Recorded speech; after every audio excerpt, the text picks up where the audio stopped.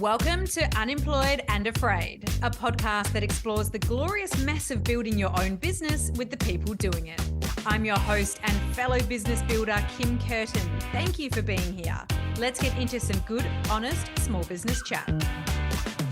It is the most random of personal sacrifices that as business owners we make to build brands and our businesses that don't nearly get enough light in business conversations. In that whole dream of revenue growth and often in the selling of said dream, it's that true personal growth and sacrifice that gets pushed under the rug. But not in this podcast. No, never here, because you simply cannot separate entrepreneurship and personal work. And this episode, it is going to fill your heart with joy at what growing a business can do for us as humans. I'm so glad you decided to hit play on this one. Nathan Soulsby is someone I worked with many moons ago. When we reconnected recently, he was every bit as thoughtful and fun as I remembered. And he's early in an exciting business build centered around my second favorite topic, after podcasting, of course, dogs. In the sharing of Nate's story, you're going to hear all about moving through redundancy, allowing your business idea to take you on a mental health care journey, the power of friendship, reintroducing yourself to your network as an entirely new professional, the magic in starting small, breaking up with a corporate wage, and prioritizing long-term health over short-term wealth. Let's get into it.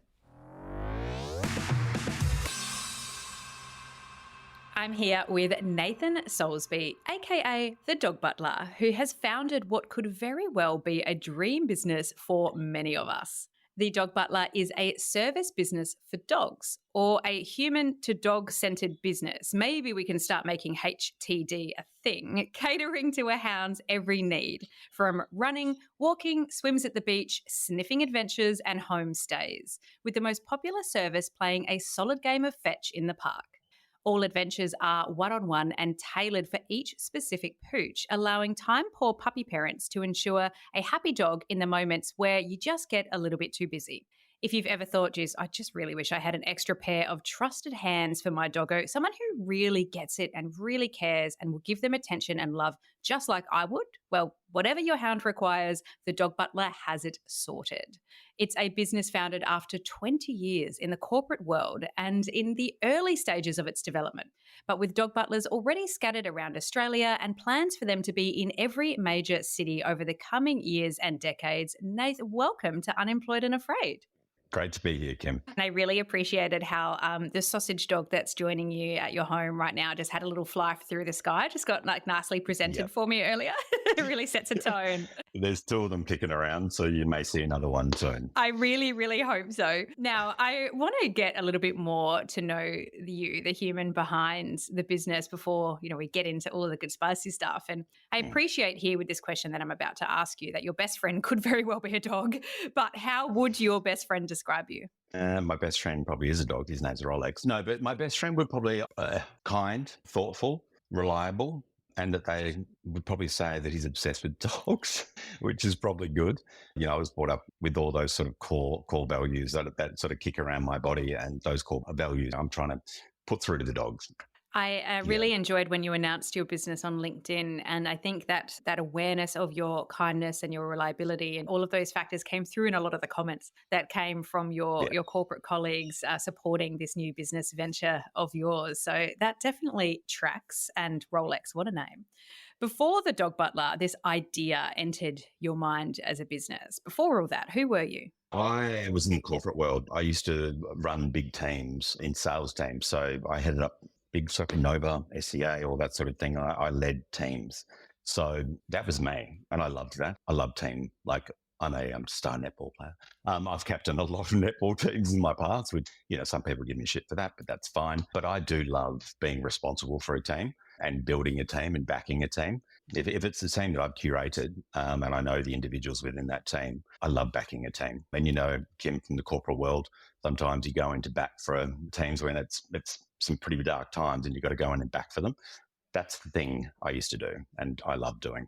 where did that take you on your journey? So, I mean, it's a bit of a loaded question, actually, Mm, because I happen to have the inside knowledge that you had that sales focus, that team building focus, and then you leveled up and took team leadership to a whole new place, being the general manager. What did that transition teach you? Well, I had to be responsible for everyone in a radio. That was a radio station. So I was responsible for everyone in a radio station. So that means almost managing talent as well. So when I was doing that for that role, COVID hit on the Central Coast. So that was interesting. And that was probably the most challenging time of my career in corporate, where I was sort of pretty much given a spreadsheet of everyone's names on it and, having to put people down to couple of days a week or 3 days a week. And I'm just getting to know these people as well. And I know a lot of them have houses and, loans for cars and all that sort of thing. And so that's where that took me. That was probably the biggest challenge, but also one of the most beautiful processes I went through, because I did an individual call with each person. So it was probably about 50 people that I rang, and had to give not great news for maybe 85% of those people. But there was some beautiful conversations there, and some really raw and real and honest conversations. And I think as much as that was probably the shittiest time of my corporate career, it was probably the most beautiful time as well, because I had this human interaction. It was this one-on-one conversation for a really bad time for everyone in jobs at that time. Yeah, I can imagine that would have really challenged the position of loving leading and encouraging people, and then having to deliver that would be really challenging as a human as well. Correct. And then you Yeah. faced your own transition, of course. So ending up, at this seat idea. Talk me through how that came about, how you came about to thinking about working for yourself. Well, I got made redundant late last year, which was actually fine, because if I'm honest, my heart wasn't in it. It wasn't a company that I was loving working for. The team's great, the leadership was great, the product wasn't exciting me, and I did get made redundant, which at the time wasn't a blessing because I've got bills. And I just didn't know what I wanted to do now. I didn't want to get back into corporate, so I took a little bit of time out, and my mental health wasn't great at that time. So I spent a lot of time indoors and I watched a lot of TV. And then I love dogs, right? I grew up just loving dogs. I've got two of my own little sausage dogs. So I've always loved dogs. So during that time of that darkness, I sort of wanted something to anchor me and make me accountable. So a few of my friends had dogs, so I asked if I could just take their dogs out during the week. So it'd be a couple of dogs. There was an Australian Shepherd called Matilda that I remember quite fondly, that I'd take her out a couple of times a week for my girlfriend, Jess. And there was this one Monday morning where I was down at Double Bay Beach and with Matilda. Usually I'd be in a boardroom at that time going, where's all the money? And I was throwing a stick out for Matilda, and she would swim out and she would bring it back. I get worried because I'm thinking, I haven't had a dog that swims because I work at Dashhounds. So I'd be like, oh my God, do I need to take all my clothes off and jump in and save this dog? The further I threw it out, the further she swam and bring it back. So we had such a beautiful time. And I had this little realization going, this is where I'd rather be on a Monday morning at 9 a.m. But also there's a need for this as well. Like when that dog came out of the water, she was knackered. When I got her home, and Jess, my friend, would call me saying, Nathan, Matilda's been sleeping all afternoon, because she's had a great morning. So that was my realization of, there is a business in this. Everyone loves their dogs, but we all are time poor. So wouldn't it be great to be able to go over to someone's house and take their dog out and wear them out so they sleep all afternoon and they don't have to worry about that? So that's pretty much the transition, and that's where it sort of came, and had many, many, many, many more dogs from there. I think that's such an impactful story for so many reasons. But, I can understand and relate to the feeling of just sinking a little bit into your circumstance and sinking into your headspace, and that feeling that it can bring to you of just wanting to hide. And so I think, even just finding the strength to do, what can I do now that's going to be healthy for me, that's going to anchor me, that's going to help me lift something so small as to say, I've got time, I love pooches, who else can I walk, what can I do? I think that's just something that I don't want to gloss over, that often when we're, looking at starting a business, it's like the end goal, what business I'm going to do, this and that, but they can just come to us in really random circumstances when we just lean into what it is that we need in the moment. And so I love that story for that very reason. In saying that, going on a journey to do something new is quite a lot of pressure on our mental health as well. I shared with you just before, I was like, I got to go to the bloody dentist next week and get my bridge fixed because I've stress fractured it from clenching my jaw too much. And, so this isn't necessarily what we would first think of as the place to go when we're, working on our mental health. But it can bring you a lot. So, from that headspace, I want you to tell me, I guess, the story of having that spark idea to hang on, this is a bit of a business, and then sort of practically and emotionally how you took that into forming and into backing yourself into this. Yeah. Well, it was. I don't want to gloss over that either, Kim, because it is quite important that I was experiencing some darkness. So there was a bit of darkness there. So I just wanted to make myself accountable. So say it was twice a week at 10 a.m. I would still wake up on that morning going, oh my God, I've got to go, and like it wasn't a fun thing, but oh my God, I've got to be somewhere at this time to do a thing. But I got so much joy when I was with the dog. So I'd finish that thing with Matilda and I'd be like, oh, okay, this is nice. So I had a few of those across the week, and then I was just doing it for free. And then these friends of mine would go, we're paying you for this. So that's how I think it grew. So those ones that I just had to keep me accountable for the week, for my own growth out of the mental health struggles that I was experiencing, turned into some cash coming in. And I was like, oh, okay, I can then have something fancy for dinner tonight. But it grew from there. And then I also thought that the name The Dog Butler just came to me because I was like, I'm just a butler.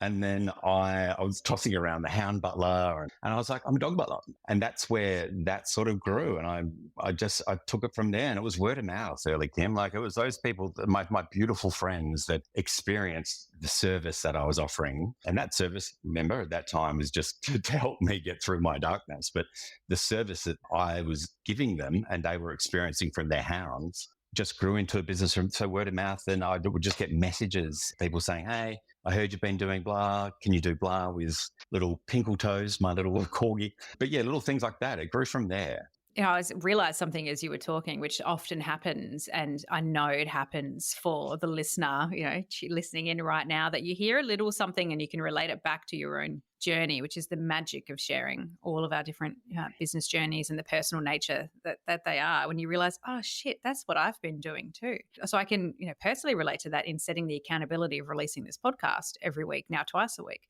But even in the early stages, just having like some idea, like I'm going to do this thing, I'm just going to get this started. But then just almost something outside of yourself starts to set these appointments. And it's like, okay, well, I'll do this interview, then I'll do this. And then you have to show up and you have to do it. And then you get over the thing that you've done, even though it feels hard to get there. And it gives you something. It opens your mind, it opens your heart, it makes you feel grounded. You feel like, you're taking steps towards something, even if you can't see what it is yet. And, that's so missed in the business conversation because it is always that like big end goal. We're going to have dog butlers in every major city and it's going to be an incredible, well-known household name. It's that part of it that it's like actually sometimes you're just showing up for yourself. Totally. Yeah, we're crawling towards that goal. But yeah. But yeah, that's exactly it, Kim. You just hit it on the head there. That's exactly it. And in a weird way, I wouldn't change the trajectory where the Dog Butler is going because I don't mind a bit of a struggle. I don't mind pushing my mind a little bit as well and sort of seeing what's next because I could have easily gone back to a corporate job. I got a gig actually back in WA. I'd interviewed for quite a few times and I got to, I pretty much got a job and I was like, do I really want to do this? Like, do I want to go back to that? And it's, great company, great money, great everything. But I don't know, what I'm doing at the moment is my heart is full. Like when I finish this chat with you, Kim, I'm out with a Whippet. I'm out with Daisy and Bailey with 2 little fox terriers. Then I've got another couple of little poodle. Like, honestly, I'm so excited just to go and hang out with these guys. And these are my days now. So I'm happy I made this choice. Yeah, there are sometimes, like not to get too woo-woo, but like you get those little tests, those little things like, hey, here's this other path that you could go and it's really, let me just check and see, do you want this? And that takes a lot of guts to lean into that. But it isn't, as we talked about, it isn't necessarily the easiest journey. There's a lot of practical things to work out, particularly with a business like yours. It's like, how do you structure this service offering? And then all of a sudden you've got, what is my business structure and how is my accounting working and how is, all of this stuff going. Did you have anyone or any, structures that supported you to start working through some of those things? Yeah, I'm very lucky that I've got the Koala Eco. There's a huge brand in Australia and the world, but they're two of my best friends. So Paul is pretty much the forensic finance guy behind Koala Eco. So he sat me down early days and went, Nathan, come to my office. I'm going to build you a revenue model. And I was like, what's a revenue model? And he did it. He goes, look, I only need is 30 minutes because knows how my mind works. But he's like, just sit with me for 30 minutes and I'll build you a 12-month revenue model. And he did it. It was a game changer. So he put everything in and we looked at the bottom, how much I can earn. And I was like, okay, cool. I can do with that. So thank you, Paul, for that. And then Jess, which is his wife, and once again, one of my best friends, she's helped me with my business purpose. And then pretty much she just brought it all back with that business purpose. Like, what are we doing? What are we, just curating that almost a couple of paragraphs or whatever, which was probably an elevator pitch when we talk corporate world.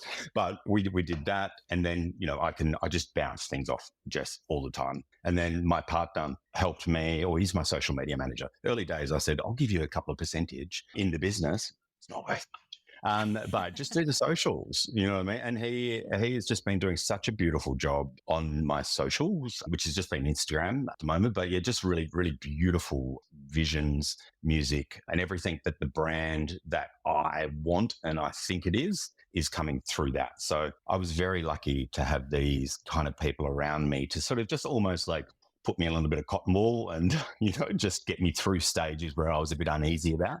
Because as we know, like I know I'm a great dog butler, but I'm not great with everything else. But I've had some people around me to help me get through those bits. It's very important to surround yourself with like-minded people with different sort of skills almost as well, but know your goal. And they have to like dogs too.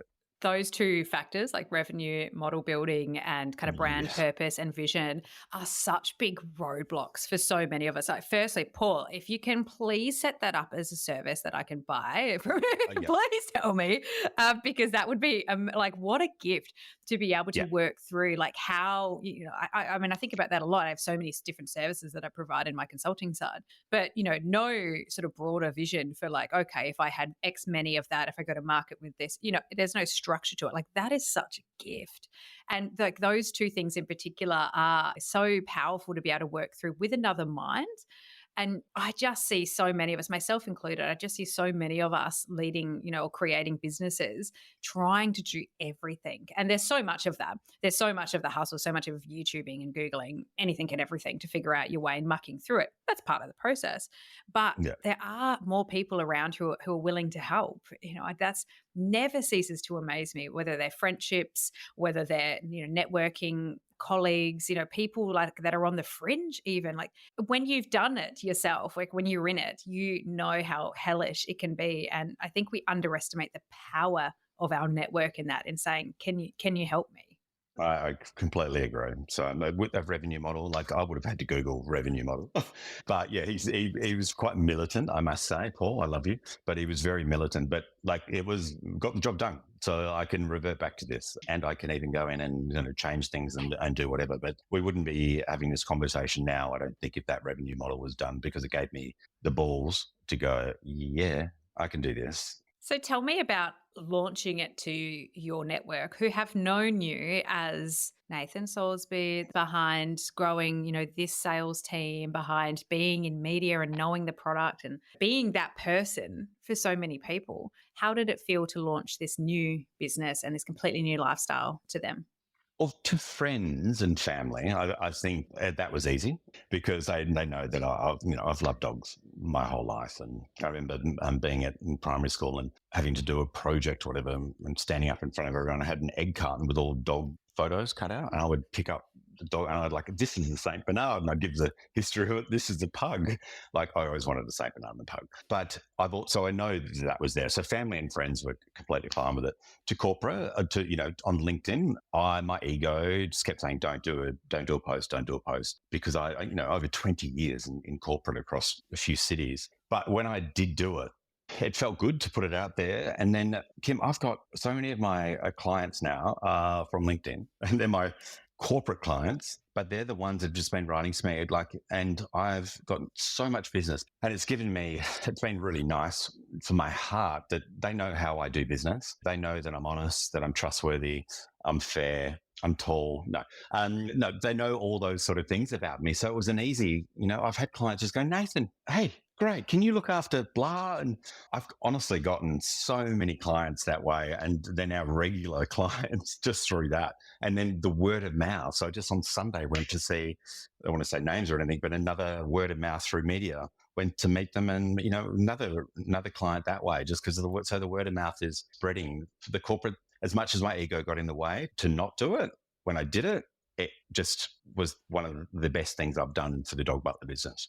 Oh, I love a crossover episode when it's like, your previous world mixes with your new world and you start establishing these new relationships with people. People start to see you. Yeah, like I said, they know who you are as kind of like a core, and then they get to see you in these new roles and how those relationships can just flourish and become new things. Like, I can't believe how many people from my network of back when I was a sales gal in Melbourne, who I'm still in touch with today. There was two I'm thinking of in particular. Now, this is going back, I want to say like, it's got to be 10 years, it's got to be 10 or 12 years now, when I was a sales rep for media, and I looked after the account for these people, the agencies. And like in the podcast, I've got a buy me a coffee opportunity, and there they are popping up in my buy me a coffee saying, Kim, I've always really enjoyed working with you. I love what you're doing. Keep going. I'm like, it's got to be, 10 years since we've spoken, and they've seen what I'm doing and have backed it in that way. Like, people who I'm best mates with, who I speak to once a week, don't do that. Buy me a coffee. Buy me a coffee, God damn it. Yeah. That's content. Kim, that's brilliant. And that's a testament to you as well. Like, and, not when I've crossed paths with you in media as well. It's what you do and how you do it, and, the care that you give things and your heart. So, yeah, that's why that happens. Oh, that's very kind of you. Thank you. And it's really, it's all a story of like your network being your net worth. And that's not something that I have said. I think it might be Wade Kingsley who actually said that. But, that your first 100 clients are going to be people that you know, and like probably people that you won't even think of, but they're in your network. And I just think there's so much truth to that. We underestimate the power of who we know and who's in our network, and always get in the way of tapping into that because of ego. Like, that is the ego deaths that we have to go through in this process is like nothing I've ever experienced before. And I hear it so much. So I think that's hugely relatable what you just shared. Amen. So many people I find in this journey go to market with a new idea, and they've spent quite a lot of time almost over investing in it. Right? Like, so you get this idea and then you go a bit dark and you map everything out. You spend money developing a website with anything and everything, with, big brand, obvious, like maybe even investing into advertising straight away. Like they launch really loud and really kind of glossy, and like apps, I think that's fantastic. But also, like, the reason I bring this up is because I find it really interesting and a much more deep way to develop something in the way in which you have, which is you've almost built in public. You're building your Instagram as you go. You've gone to market without a website, and you're building it as you go, and you're putting yourself at the center of it, and you're learning as you go and building on it. I mean, that's an outsider's point of view, which I think is fantastic, because honestly, I think you learn a lot more about what your customer needs by just getting started. But was that a designed approach? Like, did you plan it that way? And either way, what has it taught you? Well, you bang on. That's how I've been doing it. But the idea pretty much has come because I've got two little sausage dogs who are anxious as hell, right? It's a wonder they're not barking heaps now, because they just get set off. So I am used to dealing with dogs that have some sort of anxiety or some sort of, worry, terror of anything. So the business, and it's funny, like, I have started the business one-on-one. So, I've got this beautiful boy, and Princey boy, I go out and see in Marrickville every Wednesday. And he was a rescue. So I'm with him one-on-one. But he gets set off by, which is really interesting, he'll get set off with the motorbike going past, a white truck. And now we're kind of finding out a man in a high-vis shirt walking towards us. So when I'm with him, I try and avoid all those things. So he's one-on-one. So I take him and I'll cross a road, I'll do whatever just to keep him happy. When we're in the park, honestly, him and I are having a day out. Like, we have the best time, but it's getting him there comfortably so he feels comfortable. But the whole business started on that one-on-one, which is what I provide.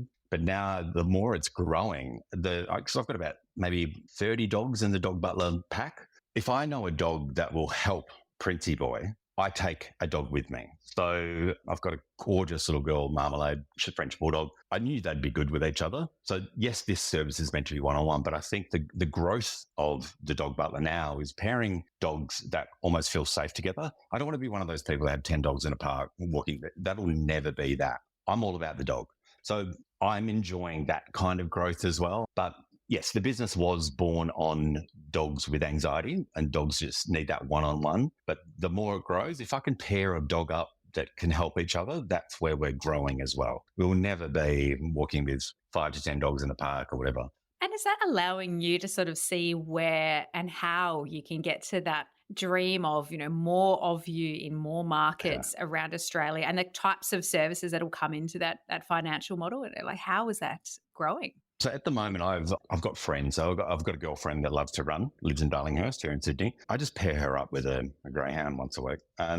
She wants to run. There's a greyhound. She loves dogs. So that's where the growth of the business is. So I'm pairing up. And, over Christmas, we are probably overbooked. But there's sort of certain dogs that I know for certain people. I've got a girlfriend that just wants a lap dog. She said, Nathan, I'll help you out, but I just want a dog that's going to sit on the couch next to me. All good. I've got that. Dog wants to go to the beach. I've got friends that want to take a dog to the beach. So that's where the growth is with the Dog Butlers. And I've got a couple in Melbourne as well that are just ready and waiting until, they get the call up there as well. But yeah, so Kim, pretty much the growth of the business is more Dog Butlers, because I'm an older gentleman. My last Thursday, I did 26 kilometers in one day with 6 different dogs. So you can't do that every day, even though it was probably one of the best days I've had in Dog Butler history. But there's going to be more of me, but I'm in that scale point I think we've spoken about before. I'm in that scale at the moment because I'm pretty much chockers for me. I need to now lean on the other Dog Butlers that I've identified, and I want to do it to be able to grow the business. What a lifestyle business as well, just to be able to do that, to be able to, I love a little bit of like killing 2 birds with 1 stone. Horrible analogy, but if I can do 2 things at once, I will do them. And so to be able to like get, sunshine and movement, and also be able to support amazing doggos and earn a living from it as well, like just ticks so many boxes. How fantastic. Yeah. And of course, it sounds fantastic because, it's that lifestyle business, and, and it's embedded in a great idea. But of course, like with a lifestyle type business and one that you're looking to grow, there's that financial aspect that comes into it as well. That low hum we all experience of, oh God, like what do I need? What's coming? What's happening? How do I get more? What has that financial shift and experience been like for you, and how are you coping through it? Well, the corporate wage was nice. And I think I've always wanted to do something myself, but I did get trapped into that, the corporate wage, which I think a lot of people will understand, where it's almost easy money that just sort of comes into your bank account and you can buy nice things. It took me a little while to break from that. And all I want to do is pay my bills at the moment, Kim. Like my mental health, or just for me being happy, consistently happy, is the currency that I'm going off at the moment. Plus just pay my bills. That's the big one for me. So yeah, I've had to change that. There's some things that I've had to cut off that I don't do as regularly for myself, which were just like fun things anyway. They really were, getting my face fixed up every now and then. But you know what? We'll get back to that, because it's not, I've just prioritized myself and my health to get me to those. And I'm not ever discounting the corporate career that I've had, because it's given me, because when I did have that epiphany about the Dog Butler, the first thing I thought is I'm going to have many of me in cities across Australia. So in my darkest sort of times, I still thought with that brain, which I really appreciate. And I keep coming back to that is the growth. So I wasn't going to I'm just going to walk dogs, full stop. I know that this is a business. Yeah. So I do appreciate where I've come from, but I know I need to make some sacrifices now. My face. I need to make some sacrifices now to get to that level, but I'm not rushing it, Kim. I'm really not rushing it. I don't, there's a few people who said, go to the university and put a sign up saying you want dog walkers. No, it's not going to happen ever, because if I'm part of the Dog Butler pack, I'm not putting a dog over to someone that I don't know is going to give the same kind of values and that one-on-one experience with the dog, because it's all about the dog. Everything we do is all about the dog. So sometimes I'm going to go for a run with the dog. The dog just wants to sniff for an hour. You know what, mate? We're going to sniff. Like, you want to do that today? We're going to do that. So it's all, I'd need people to understand the business and what the Dog Butler actually does. And I'm gently handing that over. Gently. I mean, look, the personal sacrifice is something we do not give enough light to in the business conversations, like the practical personal sacrifice that, yes, you will go without some of those things that you maybe have taken for granted. You know, I can count on one hand. There was a period of probably about 8 or 9 months where I could count, I actually think it was like twice, that my partner and I left the confines of our house to have a meal elsewhere that we haven't cooked. Like, that is real life. You know, that's a really long time. Yeah. To like never, go and even get a cup of tea from somebody else that hasn't been made in the house. And that is practical, let alone like getting a haircut or anything like that. Those are the things, like, it's very practical in that in order to take a step forward, you often have to be willing to take that step back, and that self-sacrificing side of things. It doesn't feel good. It doesn't make you feel proud to do it, always, but it's just part of it, that you cannot have everything at once. And like, it's just, I think that's such a valuable share from you to talk about it practically like that, because that's the ego side of it as well. That's the comfort side of it too.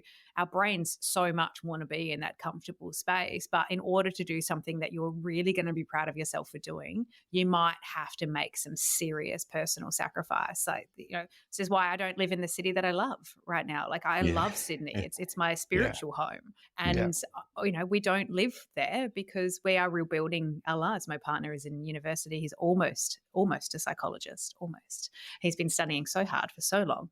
And, I've been working through the process of building a business. And in order to do that, we have to live regionally. And, that is great and an adventure, but not where we actually want to be ultimately. And it's just, there's so many examples of that I think we don't talk about often enough. And, I think that can just get in the way of people backing themselves. 100%. And I do look forward to the day where I can go out for a cheeky chai every day, and it's like cheeky chai. You know what? A roast chicken from Coles is pretty good. You can get a few meals out of that. I have never been more industrious. Like, we like, all right, we need to make things stretch better. What can we do? My partner's like, I'm going to get a pressure cooker. And then it's just like wicked. You can just make a cheap vegetable stew and it can last you days. That and a good loaf of bread. 100%. See, the roast chicken or the barbecue chicken for me, I can feed the dogs too. Like, my little dachshunds are like, you. And I get a meal or two. So and we're still eating gourmet, we think. So it's fine. Yeah. Exactly. And yet, like I said, going back to Go Forth, because, we right now are talking, it's around 6 months, I think, since launch. Is that for you? Yes. So 6 months in, like, you're just kind of getting started and you're growing. Like, the Nath from 6 months ago to now, how has he changed? What's happened for him? I don't know, he's sort of walking a bit sort of more confidently, standing taller. I really enjoy my creative brain, and that sort of got, in my last few sort of corporate gigs, that sort of got beaten up a bit. What I've been loving is going through the process of, the branding with the Dog Butler. My mate did all my branding as well. I forgot to say that early days as well. A mate of mine who lives in Byron, I gave him a half-assed brief pretty much. But lucky enough, he's known me for most of my life. So he was like, okay, I think I knows what he wants. And provided me with all these assets and everything. And I was so happy with that. So going through that process and being creative, and now, with every Instagram post we do, using that creative sort of part of my brain has been so good. So in a nutshell, I am walking taller. I am a lot more confident. I wake up with a purpose. I wake up excited. My calendar, I've got a Dog Butler calendar, and it's actually, I can see it up in the corner of my screen at the moment. It's chockers for dogs.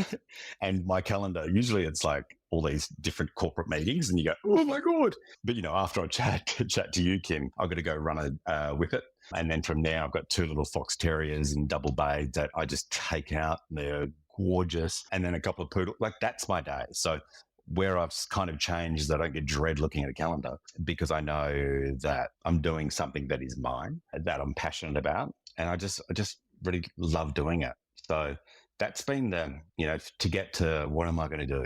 And then to this, like, okay, I know what I'm going to do and I'm on the path. And yes, I'm only, I need more butlers. I'm pretty much booked myself now. So I am getting new butlers. It's nice to know that it's gotten to this point without really too much. It's all been word of mouth. And it's interesting though, with the business transaction, as we call it from corporate world, you kind of, what I'm finding with this is that you get feedback from clients. Like back in I do like say a $2 million campaign for a huge client, and you try and get some, and the campaign was great, and you try and get some feedback. They won't give you any feedback because that's a negotiation tactic for the next time. And you'd be like, oh my God, I knew that was great. Why can't they just say it? But now my feedback is just like, Nathan, I'll get calls. There was the two little fox terriers that I spoke about before. They come from a very beautiful home in Double Bay, and the trust that I've built just with the owner, just from she got me on some dog group and messages, and I've got an alarm key, I've got a house key and everything. I just go and get the dogs. But after the first week, she called me on the last day, and I was like, my phone was ringing, and I was like, oh my God, what have I done? Not put the alarm on properly. But she called me and she said, Nathan, I just want to let you know that the dogs have been so different after that first week. They're chilled. They're sleeping in the afternoons after you take them. And I just want to say thank you, because the brief from her, she was like, I'm going to work 3 days a week and the dogs are tearing up the house. Like they were tearing up the house, and they haven't been. And so that feedback, I was like, oh my God, I wasn't used to getting a call with feedback that was positive, because usually it was the opposite. So yeah, I'm really enjoying just providing a service that I know is helping people as well that are time poor. I think the personal measure of success, or the success measure of your business, the SMART goal, whatever you want to call it, being your personal happiness and all of the things that are inputting into that is just such a wonderful place to be starting from and be focusing from, and something that's going to, be able to drive you into the next phases, I'm sure. Where do you hope to head over the next 6 months? What do the next 6 months look like for you? So scale-wise, as I've been doing this, I know there's a huge need for doggy daycare. So early next year, I'm going to sort of get a space where I can maybe live upstairs, and then downstairs is going to be a Dog Butler adventure playground. So people can, they can drop their dogs there while they're off, and there'll be like little sensory corners. There'll be a sand pit. There'll be everything that the dog wants. So I will have like a head dog butler running that, and then I can still come in and do the add-on would be, I also want my dog run, so I can go in there and run the dogs, take them on trail walks and everything outside of that. So that's the next step for the dog butler, because people are crying out for that I talk to. Even back home in WA, my mum called me the other day saying that there was a news article that there's not enough daycare. There's just not enough daycare for dogs. So that's huge there, but I don't want to go home just yet. But yeah, we will launch that here in Sydney, the Dog Butler Playground. That's the next step. But also, I think the next step, Kim, if I'm honest, I just need to let go of a little bit of my, I don't know what you call it, but I just need to have trust in other butlers to be able to do what the brand does. And I think I've got that. I've already sort of started doing that as well. But I just want more dogs. All of the dogs, Kim. All of the dogs. Because I would love Ruby to go to the Dog Butler Venture Playground. That just sounds like her absolute glory place. She would be chaos, but that would be absolute glory place. So what an incredible business plan that you have on hand. And, I think as somebody who has, just sat and heard your story and had the pleasure of speaking with you and working with you before, your sales skills in this next phase should not be underestimated, because the sales skills and the leading a team sales skills are so much about instilling a set of values in people and growing a team, to almost a charter of this is how we do things here and this is how we'll be successful together, is going to just help you so much in this next phase. Yeah, it's interesting you say that, Kim, because the one thing, a couple of people asked me recently what I miss from corporate. And the thing that I miss is, I was quite passionate, I think, before talking about leading a team, but that will be transitioned over. This is only a momentary sort of phase where I'm not leading a team, but I will be leading a team of butlers, doing the same sort of leadership stuff that I love doing. And then I kind of, think I'm okay at. I'll be doing that with the dog butlers as well. So that's I'll get them. We'll get them. And I can imagine the KPIs are going to be much better than like 110% to budget. It's going to be like 25 kisses.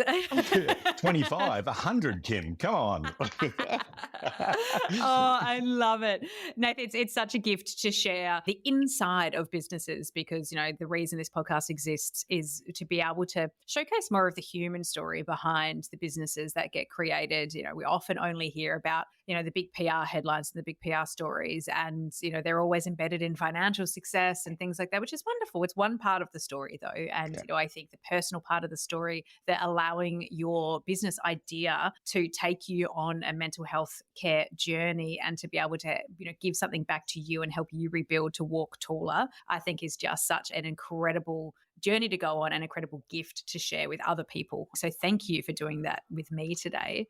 As a thank you back to you, how can we support you? How can we get around you? What can we do? How can we get in touch? All those things. Drop all of your dogs over. No, look, at the moment it's Instagram, the Dog Butler, AUS. But yeah, I'm pretty much like, I know most of the people listening to this are going to have really busy days. So we're all about sort of coming and helping that, because you don't want to feel guilty about your dog sort of sitting there twiddling its paws.